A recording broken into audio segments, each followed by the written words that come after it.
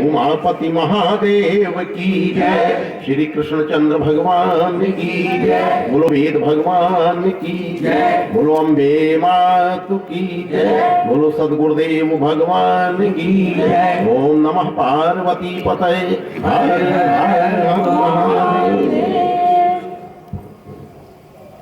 और थोड़ा ऊपर हिल जा। परम सम्माननीय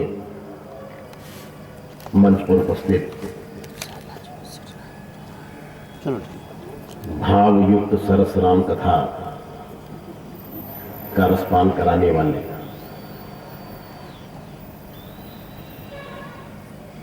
अनेक कथावाचकों के अंदर कभी कभी ईर्ष्या का भाव भी जगाते हैं, विशेष रूप से मेरे अंदर, कि मैं ऐसा कथावाचक क्यों नहीं बन पाया।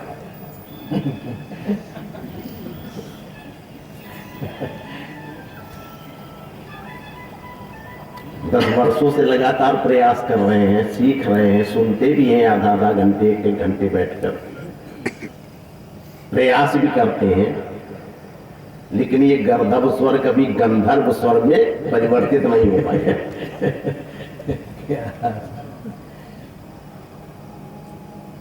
बड़ा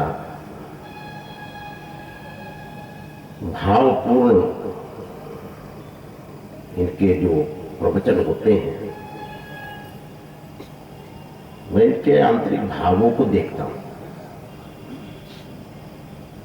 मैं शब्दों पे नहीं जाता कभी, कितना भाव विभोर हो जाते हैं जब ये राम कथा करते हैं बैठकर। राम कथा को मानो उसने आत्मसात कर लिया हो, अपना जीवन ही बना लिया। नौकरी करते रहने पर भी आज तो माता सिद्धदात्री देवी की पूरी कृपा है, रिटायरमेंट हो गए तो पूरा समय है। इन्हीं के कुछ ऐसे अनुयायी यहाँ बैठे हुए हैं, ओपी सिंह जी और भी त्रिपाठी जी, एसपी त्रिपाठी जी, आर्यन त्रिपाठी जी, अन्य जो भक्त और भी हैं, गुलाब सिंह जी, अविनाश जी, आनंद जी, कुछ ऐसे भी भक्त हैं जो हमारे कानपुर तक धावा मार के आए हैं, आश्रम तक। यहाँ के कई ऐसे भक्त हैं।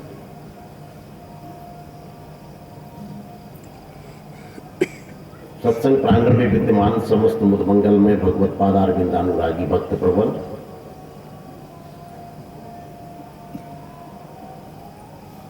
अभी तक आप सरस कथाएं भक्ति पर सुन रहे थे। आइए आपको ज्ञान की धारा में भी डुबकी लगवाते हैं, खोजते हैं वहां भी कुछ प्राप्ति हो जाए।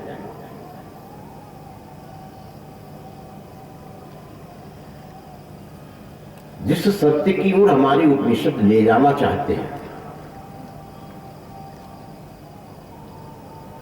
उस सत्य को जानने के, उस सत्य को समझने के दो मार्ग हैं हमारे यहां। एक मार्ग है डायरेक्ट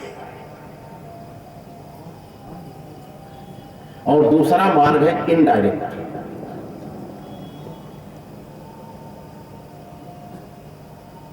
मान लो आपको सूर्य को देखना है, तो सूर्य को देखने के दो तरीके हैं आपके पास। एक तो डायरेक्ट वे है, आपके अंदर इतनी शक्ति है, सामर्थ्य है, आप सूर्य से नजर मिला लो। लेकिन अगर आपको अंधा हो जाने का भय सता रहा है, आपको डर लगता है कि हमारी आंखों की रोशनी जा सकती है, तो दूसरा तरीका है दर्पण के माध्यम से सूर्य को देखना। किसी सरोवर में उसकी झलक, वो थोड़ा शांत होगा, शम होगा। डायरेक्ट नजर मिलाने में बड़ी दिक्कतें हैं। उस सत्य को जानने के लिए भी, उस ब्रह्म को समझने के लिए भी दो मार्ग हैं। अगर आपके अंदर सामर्थ्य है तो डायरेक्ट आप समाधि लगा के बैठ जाओ, देख लो, कर लो साक्षात्कार। नहीं अगर आप डायरेक्ट हिम्मत जुटा पाते हैं तो फिर किसी दर्पण के माध्यम से देखो, वेदों के माध्यम से देखो, श्री रामचरितमानस के माध्यम से देखो, गुरु ग्रंथ साहब के माध्यम से, बाइबल के माध्यम से, कुरान के माध्यम से। ये जितने भी धर्म ग्रंथ है ये दर्पण है। फिर उस ब्रह्म को हम दर्पण के माध्यम से समझने का प्रयास करते हैं। जब हम डायरेक्ट नहीं समझ पा रहे हैं उस सत्य को, उस ब्रह्म को, तो हम उसको दर्पण के माध्यम से देखने की कोशिश करते हैं। ग्रंथ के माध्यम से, वेद के माध्यम से, रामायण के माध्यम से, बाइबल के माध्यम से, गुरु ग्रंथ साहब के माध्यम से, कुरान के माध्यम से हम उस ईश्वर को, उस सत्य को, उस ब्रह्म को देखते हैं। लेकिन एक बात याद रखना, दर्पण में ओरिजिनल सत्य, ओरिजिनल ब्रह्म नहीं मिलता, उसमें ब्रह्म की झलक मिलती है। जब डायरेक्ट आप सूर्य से दृष्टि नहीं मिला पाते हैं तो आप सूर्य को दर्पण के माध्यम से देखने का एक प्रयास करते हैं। तो दर्पण के माध्यम से जब आप सूर्य को देखते हैं तो उसमें सूर्य का बिंब नहीं होता है, उसमें क्या होता है, प्रतिबिंब।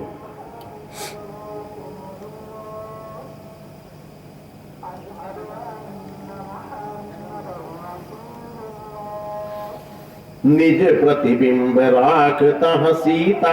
ये भी त्रिपाठी जी बड़ी सुंदर कथा कह रहे थे। वहां भी बिंब नहीं है, प्रतिबिंब है। रावण भी उस शक्ति को, उस ब्रह्म को प्रतिबिंब के माध्यम से टटोल रहा है, क्योंकि डायरेक्ट बिंब से दृष्टि मिलाने की सामर्थ्य नहीं है उसमें। प्रतिबिंब के माध्यम से उसे पा रहा है। हमारे सामने भी माध्यम है।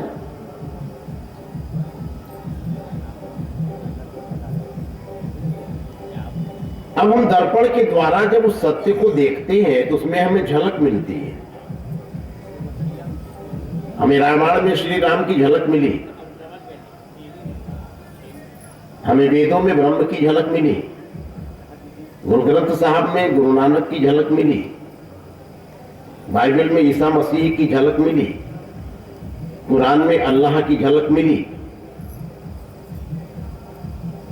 ग्रंथ क्या है? दर्पण। अब एक भूल हो गई हमसे।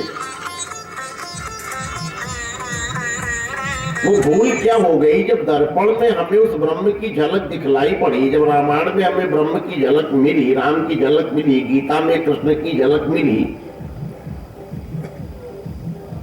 तो हमने क्या किया? इस दर्पण की ही पूजा करना प्रारंभ कर दिया।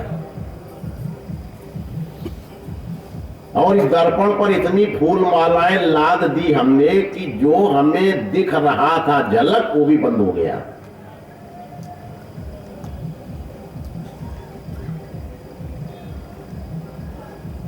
मैं यहां विरोध नहीं कर रहा हूं। अगर आप समझ रहे होंगे कि स्वामी जी तो हम जो रामायण की आरती उतारते हैं या गीता की या भागवत की, इनका विरोध कर रहे हैं, तो मैं विरोध नहीं कर रहा हूं। मैं जिस सत्य तक धीरे धीरे आपको ले जाने की कोशिश कर रहा हूं, उसको आप समझने का प्रयास करें। ये ग्रंथ एक दर्पण है। हमें इसमें झलक मिली, लेकिन हमने उस पर इतनी फूल मालाएं लाद दिया, इतना उसको ढक दिया चारों ओर से कि जो झलक दिखाई पड़ती थी श्री राम की, आज वो भी अदृश्य हो गई, गायब हो गई।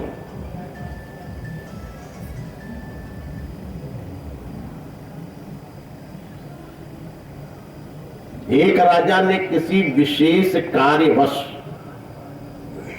अपने दो अनन्य भक्त अनुचर, अत्यंत विश्वसनीय, दूसरे देश में भेजा। वो दोनों अनुचर राजा के बड़े विश्वास पात्र और अनन्य भक्त हैं। वो राजा को भगवान ही मानते हैं। जब वो दोनों अनुचर दूसरे देश पहुंच गए तो राजा को स्मरण हो आया कि एक अमुक वस्तु ऐसी है जो हमारे राज्य में उपलब्ध नहीं है, लेकिन वो वहां उस देश में मिलती है। राजा ने 2 पत्र लिखा और वो पत्र पोस्ट कर दिया। वो दोनों लेटर दोनों अनुचरों को मिले। राजा का आज्ञा पत्र, क्या कहना, दोनों राजा को भगवान मानते थे, लेकिन एक तो बड़ा अंधभक्त था। राजा का आज्ञा पत्र उसने तो उसे उठाया, अपने शीश पर धारण कर लिया, नाचने लगा, हमारे परमात्मा का आज्ञा पत्र। जहां भगवान की मूर्ति रखा था पूजा पाठ में, राजा के आज्ञा पत्र को ले जाकर रख दिया, तिलक लगाया, 2 फूल चढ़ाए, अगरबत्ती सुलगाई, आरती उतारी। अब सुबह शाम दोनों समय राजा के आज्ञा पत्र की आरती उतारता है, पूजा के घर में रख दिया। दूसरा अनुचर भी राजा का भक्त है, उसने राजा के द्वारा भेजे हुए उस पत्र को खोला, खोलने के बाद उसे पढ़ा, जो जो उसमें आज्ञाएं दी गई थी वो कर लाया। कालांतर में दोनों अनुचर जब अपने स्वदेश वापस आए, दरबार में राजा के समक्ष खड़े हुए। राजा ने पूछा, भाई आप लोगों के जाने के पश्चात मुझे याद आया तो मैंने 2 पत्र भेजे थे, आप लोगों को मिले? हाँ भगवान मिले। क्या किया?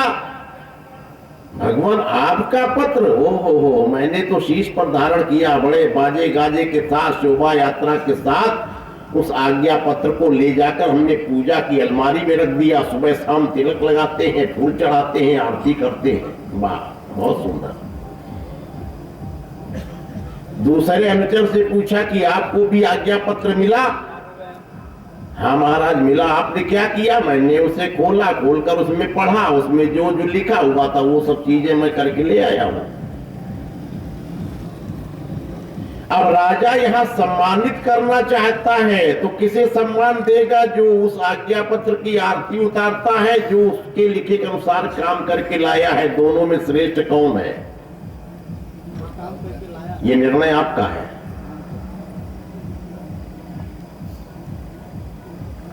जो उस आज्ञा के अनुसार आचरण कर रहा है वो राजा की दृष्टि में सम्मानित है, वो सम्मान पाने के योग्य है। आदरणीय तो वो भी है, चलो किसी भी प्रकार से वो राजा के आज्ञा पत्र की आरती उतारता है तो ये रामायण जो है, ये वेद है, ये गीता है, उस परमात्मा रूपी राजा के आज्ञा पत्र है। ये राजा ने आज्ञा दिया है, उसको खोलो, उसको पढ़ो, पढ़ करके उसमें जो लिखा है वैसा आचरण करो तो तुम राजा की दृष्टि में सम्मानित होगे। लेकिन पत्र को ले जाकर पूजा की अलमारी में रखकर तुम आरती उतारते रहोगे रामायण की, तो क्या सम्मान होगा?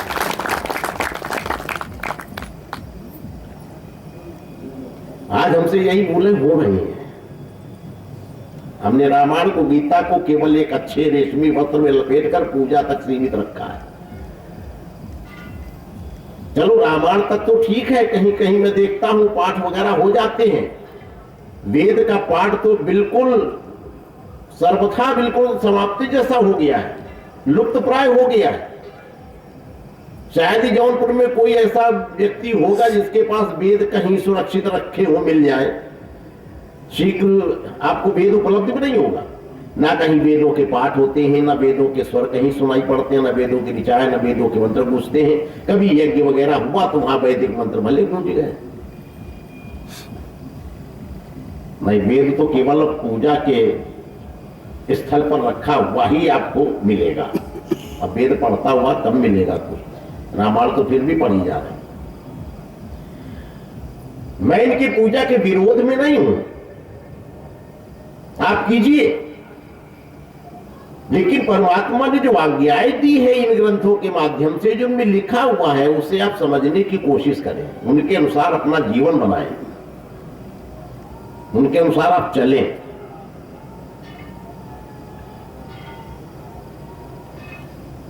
आज महर्षि याज्ञवल्क्य उसी सत्य को मैत्रेयी के समक्ष उद्घाटित करते हैं। क्या है वो ब्रह्म, वास्तविकता क्या है? जो चीज हम देखना चाहते हैं बाहर ब्रह्मांड के अंदर, वो सब चीज हमारे इस शरीर के अंदर ही विद्यमान है। अगर इस थ्योरी को, इस विज्ञान को ही हम अध्ययन कर ले, पढ़ ले, तो पहले के ऋषि मुनि एक ही स्थल पर बैठे बैठे सारे ब्रह्मांड को कंट्रोल करते थे। एक एक तत्व पर अधिकार कर लिया, पृथ्वी तत्व पर अधिकार कर लिया तो सारे भूमंडल पर कहां कौन सी घटना घट रही देख लिया। जल तत्व पर कमांड कर लिया साधना करके, तो जल पर अधिकार हो गया। वो कहीं भी जल में, आपने कई संतों के बारे में सुना होगा, खड़ाऊ पहन कर चले जा रहे हैं नदी की धारा में, आराम से इस पार उस पार, उनको कोई जरूरत नहीं है नाव की या पुल की। अग्नि तत्व पर अधिकार कर लिया है, कितनी भी भयंकर आग प्रज्वलित हो, आराम से आग में प्रवेश कर जाते हैं, निकल आते हैं, उनको अग्नि जला नहीं पाती, उनका उस अग्नि तत्व पर कमांड हो गया है। वायु तत्व पर अधिकार कर लिया है, तो कहीं भी विदाउट पासपोर्ट अमेरिका इंग्लैंड आराम से जा रहे हैं, हवाई जहाज की जरूरत नहीं है उसे। अनेक संतों के बारे में आपने सुना होगा। ये यथार्थ है, ये सत्य है, ये होता है, आज भी है, आप भी कर सकते हैं। आकाश तत्व पे अधिकार कर लिया तो अब अदृश्य हो गए, बैठे बैठे गायब हो गए। एक ही समय में कई स्थल पर वो महापुरुष देखे गए। लखनऊ वालों ने कहा स्वामी जी 2 बजे मेरे यहाँ मौजूद थे रविवार के दिन। जौनपुर वाले कहते हैं आप झूठ बोलते हो, 2 बजे तो मेरे यहाँ थे। बनारस वाले कहते हैं आप बिल्कुल झूठ बोलते हो, दोनों आदमी 2 बजे तो मेरे साथ वो बाबा विश्वनाथ जी के दर्शन कर रहे थे। भले ही सुनी होंगी, ऐसे महापुरुष के दर्शन नहीं किए होंगे, लेकिन सुना जरूर है आप सब लोगों ने। चर्चाएं ऐसी नहीं होती हैं। धुआं निकलता है तो अनुमान तो लगाया जाता है कि कहीं आग जरूर है इसमें, बिना आग के धुआं कैसे निकलेगा। ये चर्चाएं अगर सुनी गई है तो इसमें कहीं ना कहीं सच्चाइयां हैं, ये हुआ है। आप भी इन 5 तत्वों पर अधिकार कर सकते हैं। पृथ्वी, जल, अग्नि, वायु और आकाश, इन पर आप कंट्रोल कीजिए। पहले के हमारे ऋषि मुनि करते थे, वो यहीं से बैठे बैठे पूरे ब्रह्मांड में क्या हलचल हो रही है, क्या गतिविधियां हो रही है, सब देख लेते थे।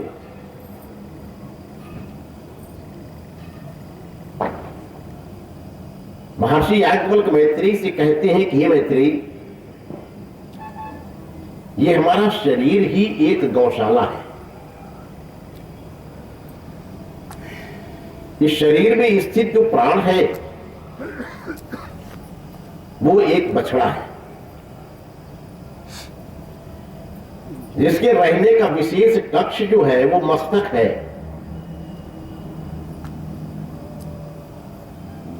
जो अन्न रूपी रस्सी के द्वारा बल रूपी खूंटे से बंधा हुआ है।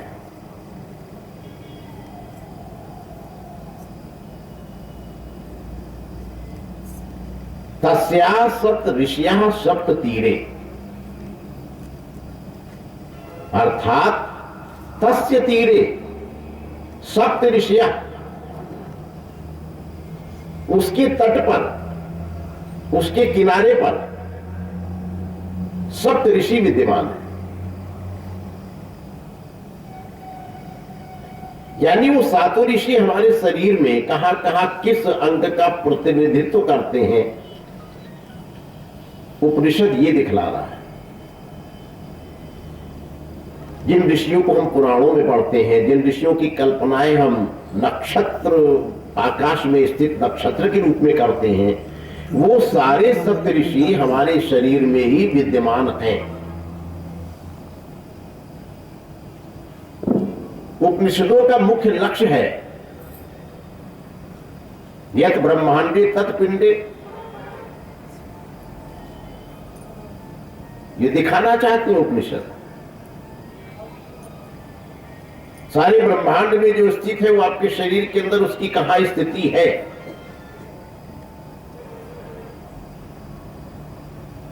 हर पौराणिक कथाओं के अंदर 3 रहस्य मौजूद होते हैं, हम पहले भी आपको बता चुके।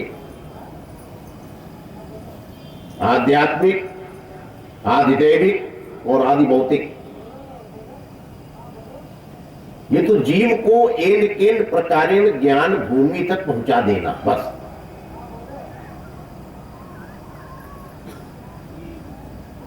उसके आगे उसका कार्य है। हमारा कार्य यहीं तक सीमित है, बस। इससे आगे हम आपको नहीं ले जा सकते।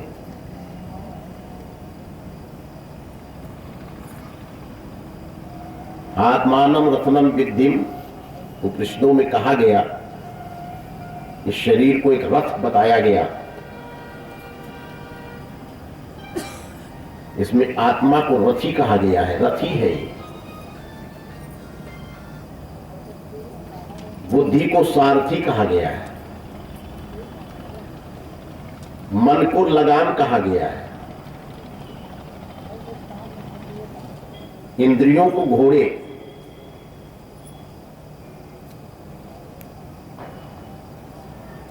शरीर रथ। आत्मा इसमें बैठा हुआ है, रथी इसका मालिक बैठा हुआ है, वो गंतव्य स्थान की ओर प्रस्थान कर रहा है।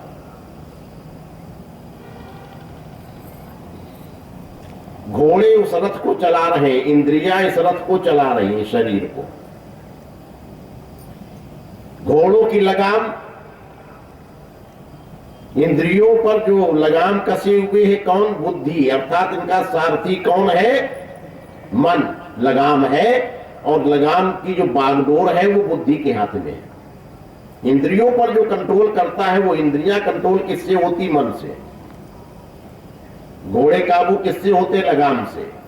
जिधर की लगाम खींच दो, घोड़े उधर ही मुड़ जाते हैं। और वो लगाम की अंतिम छोर जो डोर है वो कौन पकड़े हुए? सारथी अर्थात बुद्धि। मन किसके कंट्रोल पे चलता है? बुद्धि के। अब आत्मा उसमें बैठा हुआ है, वो मालिक है। अब आत्मा का राजमहल आ गया।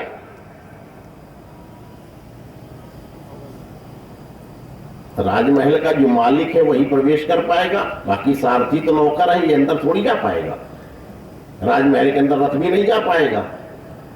रथ तुम्हें बाहर छोड़ना पड़ेगा, यानी शरीर तुम्हें वहां जाने से पहले यहीं छोड़ना पड़ेगा, मृत्यु लोक में। ये रथ यहीं रह जाएगा। राजमहल में रथ नहीं जा पाता है। अब घोड़े भी नहीं जा सकते राजमहल में। घोड़े अर्थात इंद्रियां। हाँ, ये है कि इंद्रियां थोड़ी आगे चली जाती हैं शरीर से। रथ तो बाहर ही पड़ा रहा, लेकिन घोड़े अस्तबल तक पहुंच गए। जो राजमहल के पिछवाड़े अस्तबल बना हुआ है, घोड़ों के रहने का स्थान, वो इंद्रियां वहां तक चली गई। राजमहल में प्रवेश उनका भी नहीं है, ध्यान देना। हाँ, इंद्रियों से आगे थोड़ा सा मन चला जाता है, यानी लगाम की पहुंच थोड़ा घोड़ों से ऊपर होती है। घोड़े तो जमीन में है, लेकिन लगाम जो है पीछे राजमहल के खूंटी बनी हुई है, खूंटी में वो लगाम टांग दी गई, तो लगाम थोड़ी आगे चली गई। यानी मन इंद्रियों से थोड़ा आगे भी पहुंच गया। उसकी पहुंच इंद्रियों से आगे है थोड़ा सा। इंद्रियों से भी आगे पहुंच मन की, और मन से भी आगे पहुंच है बुद्धि की, यानी सारथी की पहुंच लगाम से भी आगे है। लेकिन सारथी भी एक नौकर है, वो भी राजमहल के अंदर प्रवेश नहीं पाता है। सारथी राजमहल के मुख्य द्वार तक जाएगा, शीश झुकाकर खड़ा हो गया। आत्मा उस राजमहल का मालिक है, वो अंदर प्रवेश कर गया। अब वो सारथी जो है, बुद्धि है, वो उस राजमहल को बाहर बाहर घूम कर देखती है। बाहर से राजमहल कितना सुंदर बना हुआ है, इसकी दीवारें कितनी मजबूत है, ये क्या है, इसमें कितने दरवाजे हैं, अंदर जाने के कितने हैं, बाहर निकलने के कितने हैं। ये सब सारथी ने राजमहल का बाह्य परिवेश देखा। यानी बुद्धि के द्वारा उस राजमहल का जो बाह्य परिवेश देखा गया, वहीं तक संतों ने इन ग्रंथों में वर्णन किया है। उस राजमहल के अंदर क्या है, ये आज तक देखने वाले ने बताया ही नहीं। आकर आत्मा अंदर गया, वो लौटा ही नहीं। इसलिए आप रामायण में, गीता में, वेदों में जो भी पढ़ते हैं, संतों ने जो बुद्धि के द्वारा देखा, यानी जो सारथी के द्वारा बाह्य परिवेश देखा गया, जो राजमहल देखा गया है, बस वहीं तक सीमित वर्णन आपको इन ग्रंथों में मिलेगा। इसके आगे का वर्णन ग्रंथों में नहीं मिलेगा। वो तो ठीक वही स्थिति हो गई, दो नमक के पुतले समुद्र की गहराई नापने के लिए समुद्र में गहराई लगा गए। ये महाराष्ट्र में एक बड़ी प्रचलित किंवदंती है। कोली भाषाओं में लोग, कोली वहां की जाति होती है मछुआरे, तो वो लोग एक त्योहार मनाते हैं, बड़े बाजे गाजे ढोल बाजे के साथ जाकर उन नमक के पुतलों को, जो समुद्र की गहराई नापने के लिए गोता लगाए हुए थे, वो आज तक लाखों वर्ष से उनकी प्रतीक्षा कर रहे हैं कि वो आज लौटेंगे, वो आज लौटेंगे, वो आज लौटेंगे, वो आज लौटेंगे। वो लोग कभी लौटे हैं ना कभी लौटेंगे। वो तो नमक के पुतले थे, वो नमक ही हो गए समुद्र में घुल के, क्या लौटेंगे। तुम करते रहो इंतजार। उस राजमहल के अंदर का जो परिवेश है वो क्या है, वो आत्मा के अलावा किसी ने देखा ही नहीं, और जो देखा वो लौटा ही नहीं कभी। जानत तुम्हें हुई जाई, सोई जान ये देव जनाई। गोस्वामी जी ने भी तो वही चीज लिख दी। जो आपको जान गया, वो जानत तुम्हें हुई जाई। वो नमक का पुतला था समुद्र में, वो नमक बन के घुल गया, डाइल्यूट हो गया, और समुद्र ही हो गया। अब ढूंढते रहो उसको, कहाँ है वो पुतला। वो नमक के पुतले लौट कर बताएंगे समुद्र कितना गहरा है आपको। आप इंतजार करो।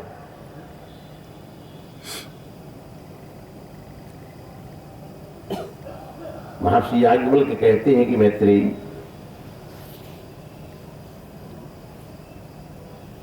इसके किनारे पर जो सप्तऋषि स्थित है वो किस रूप में है।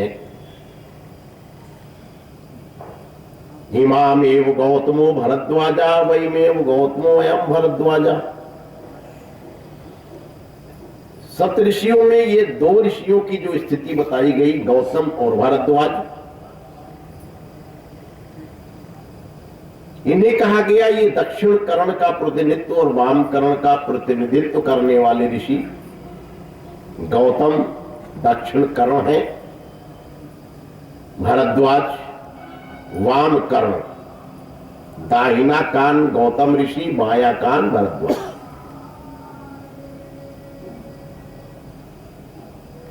मैंने इसकी व्याख्या में आपको बताया कि गौतम जो है ये दर्शन शास्त्र की रचना करते हैं, और सबसे पहले इस आत्मा के ऊपर पड़ा हुआ जो अविद्या का पर्दा था उसे खोला है।